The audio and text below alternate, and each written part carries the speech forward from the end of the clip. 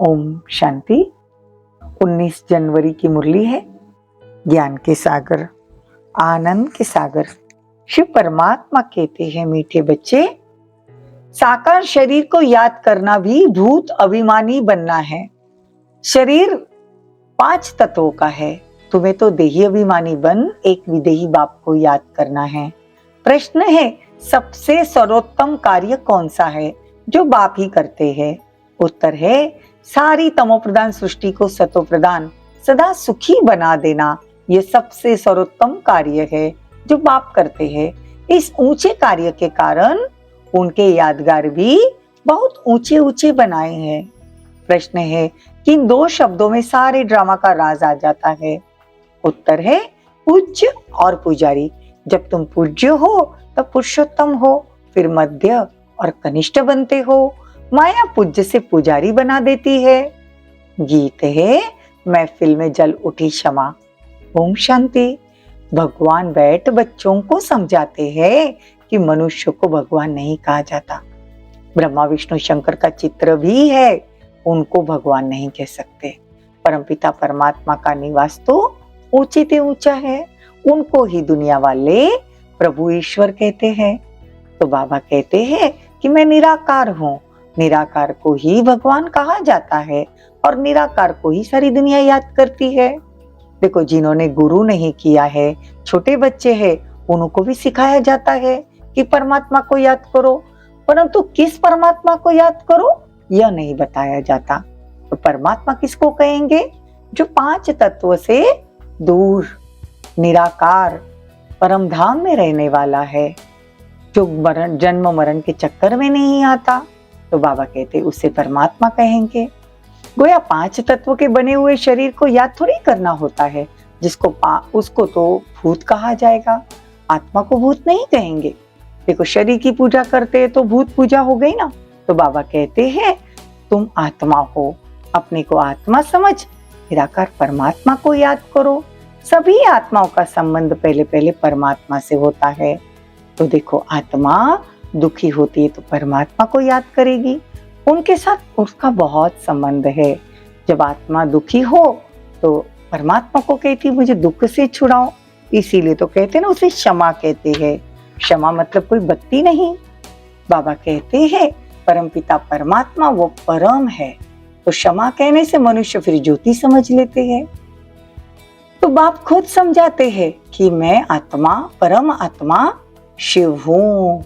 मेरा एक ही नाम है शिव। लोग उसे रुद्र भी कहते हैं। मनुष्य के तो बहुत नाम है। तो बाबा कहते अब तुम्हारा मर्जीवा जन्म है, तो मैं तुम्हारा अब दूसरा नाम रखता हूँ। पहले ब्रह्मा बाबा बच्चों के नाम बदली करते थे कि बच्चे पुरानी दुनिया को भूल जाए। तो माता पिता के पास जन्म लेते ना, तो ये गुह्य गुह्य बातें हैं। जो अलौकिक जन्म होता है हमारा, जो 7 दिन का कोर्स के बाद जब हमारा जन्म होता है, बाबा उसको मर्जीवा जन्म कहते हैं। तो बाबा कहते हैं कि तुम ब्राह्मण ब्रह्मा को नहीं परमपिता परमात्मा को याद करते हो, क्योंकि ब्रह्मा द्वारा तुम उनके बनते हो। बाहर वाले देह अभिमानी ब्राह्मण ऐसे नहीं कह सकते। देखो, यहाँ तो हम ब्रह्मा के बच्चे और शिव के पोत्रे हैं, वो थोड़ी अपने को ऐसा समझते हैं। शिव बाबा जिनकी जयंती मनाते हैं, वो लोग तो उनको भी नहीं जानते, इसीलिए उनको कदर भी नहीं रहता। उनके मंदिर बनाते हैं लेकिन उनको जानते नहीं। और फिर बाबा आकर रुद्र ज्ञान यज्ञ रचते हैं। इसको यज्ञ कहा जाता है क्योंकि इसमें सारी दुनिया स्वाहा होगी। देखो, दुनिया वाले बहुत यज्ञ रचते हैं भक्ति मार्ग में, वो स्थूल होता है, लेकिन परमपिता परमात्मा स्वयं आकर राजस्व, अश्वमेघ, अविनाशी रुद्र गीता ज्ञान यज्ञ रचते हैं। तो ब्रह्म बाबा कहते हैं कि मैं बच्चों को पढ़ाता हूँ। यज्ञ जब रचते हैं तो उसमें भी ब्राह्मण लोग शास्त्र कथाएं आदि सुनाते हैं। यहाँ तो बाबा नॉलेजफुल है ना, ये कोई शास्त्र आदि नहीं सुनाता। ये मटेरियल यज्ञ थोड़ी है, वो तो भक्ति मार्ग की बात हो गई। अभी तो कलयुग का अंत है ना, तभी तो भगवान आएगा भक्ति का फल देने के लिए। देखो, इसीलिए उसको ज्ञान सूर्य कहा जाता है। ज्ञान चंद्रमा, ज्ञान सूर्य, ज्ञान लकी सितारे। अच्छा, ज्ञान सूर्य तो बाप को कहेंगे, फिर माता चाहिए तो ज्ञान चंद्रमा, फिर जिस तन में प्रवेश किया वो भी हो गई ज्ञान चंद्रमा मतलब माता, मतलब ब्रह्मा बाबा। बाकी सब बच्चे लकी सितारे हो गए। तो हिसाब से जगदम्बा भी लकी स्टार हो गई, क्योंकि बच्ची ठहरी ना। स्टार्स में कोई सबसे तीखा भी होता है ना, तो ये नंबर 1 है। तो बाबा कहते तुम ज्ञान नदियां भी हो, ज्ञान सागर से निकली हो। तो अब शिव जयंती मनाते हैं तो जरूर वो सारी सृष्टि का बाप है ना। बाबा आकर हमको कितनी अच्छी बातें समझाते हैं कि हम सतयुग में पुरुषोत्तम थे, श्री लक्ष्मी नारायण को ही पुरुषोत्तम कहेंगे। नंबरवार ऊंच नीच तो होते हैं ना, सर्वोत्तम पुरुष, उत्तम पुरुष, मध्य, कनिष्ठ पुरुष होते हैं ना। बाबा कहते पहले पहले सर्वोत्तम पुरुष होते हैं। तो लक्ष्मी नारायण पुरुषोत्तम है, सब पुरुषों में उत्तम मतलब पुरुषोत्तम। तो संगम युग को भी पुरुषोत्तम युग कहते हैं। तो संगम युग जो है वो पुरुष को उत्तम बनाने का युग है, मनुष्य से देवता बनाने का युग है, इसीलिए संगम युग को पुरुषोत्तम युग कहते हैं। तो ये बातें समझने की है। ये बातें कौन समझाते हैं? बाबा समझाते हैं।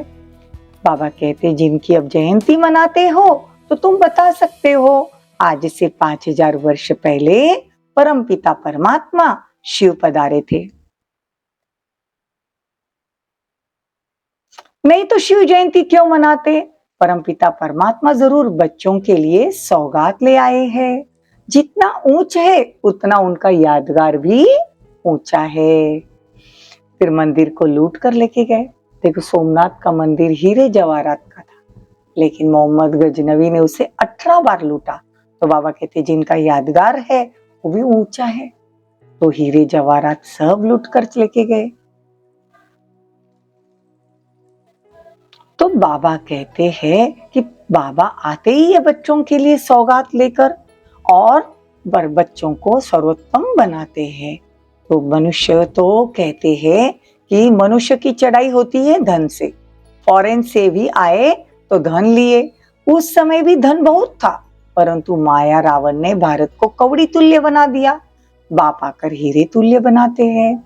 बाबा कहते नैया पार करने वाला तो सतगुरु एक मैं हूँ, डुबोने वाले तो अनेक है ना, सभी है, ये कहना भी भूल गए हैं।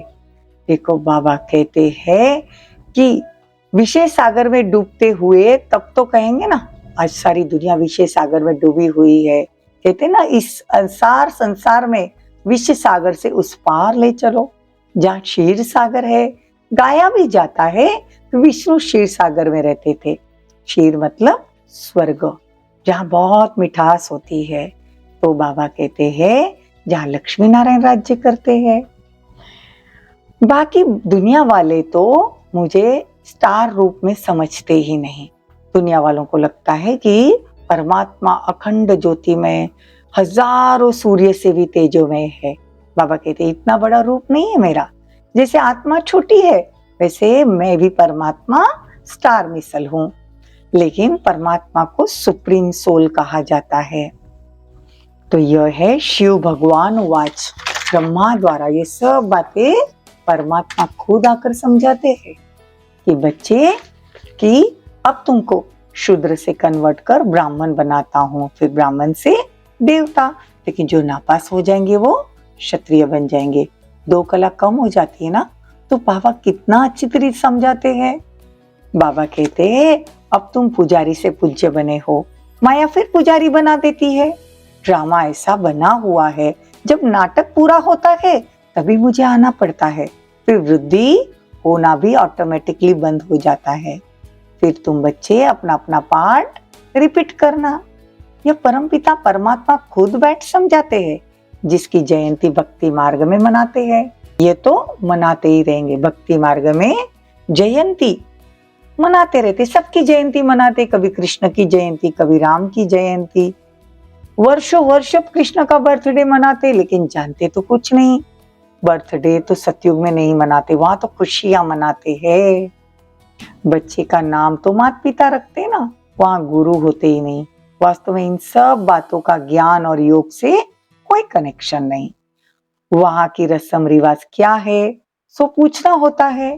तो ये बाबा कह देगा कि वहां के कायदे क्या है, चलन क्या है। लेकिन बाबा कहते पहले मेहनत तो करो, अपना पद प्राप्त कर लो, लायक बनो, फिर पूछो। ड्रामा में कोई ना कोई कायदा तो वहां होगा ही। अच्छा, मीठे मीठे सिकी लदे बच्चों प्रति माता पिता बाप दादा का याद प्यार और गुड मॉर्निंग। रूहानी बाप की रूहानी बच्चों को नमस्ते। हम रूहानी बच्चों की रूहानी माता पिता बाप दादा को याद प्यार, गुड मॉर्निंग, नमस्ते, थैंक यू, बहुत बहुत शुक्रिया। धारणा के लिए मुख्य सार, अपने को निराकार आत्मा समझ निराकार बाप को याद करना, किसी भी देहधारी को नहीं। मर्जीवाबन पुरानी बातों को बुद्धि से भूल जाना। बाप के रचे हुए इस यज्ञ में संपूर्ण स्वाहा होना। शूद्रों को ब्राह्मण धर्म में कन्वर्ट करने की सेवा करनी है।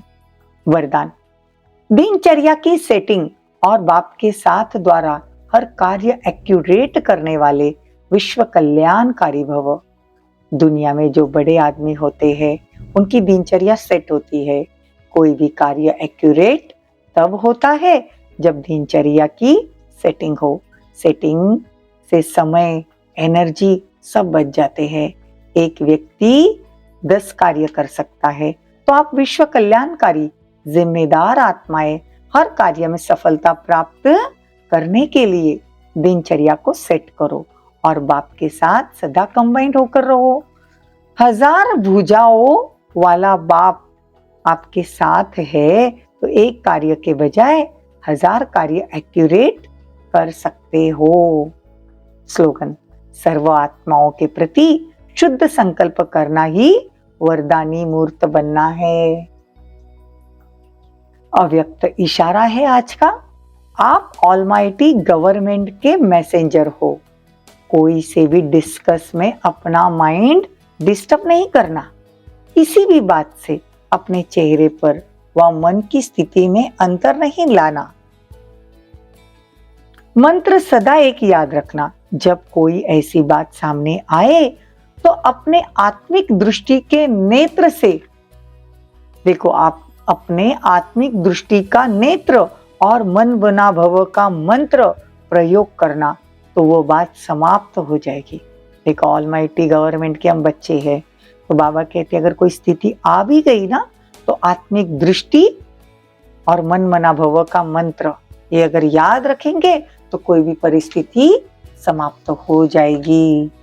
ओम शांति, ओम शांति।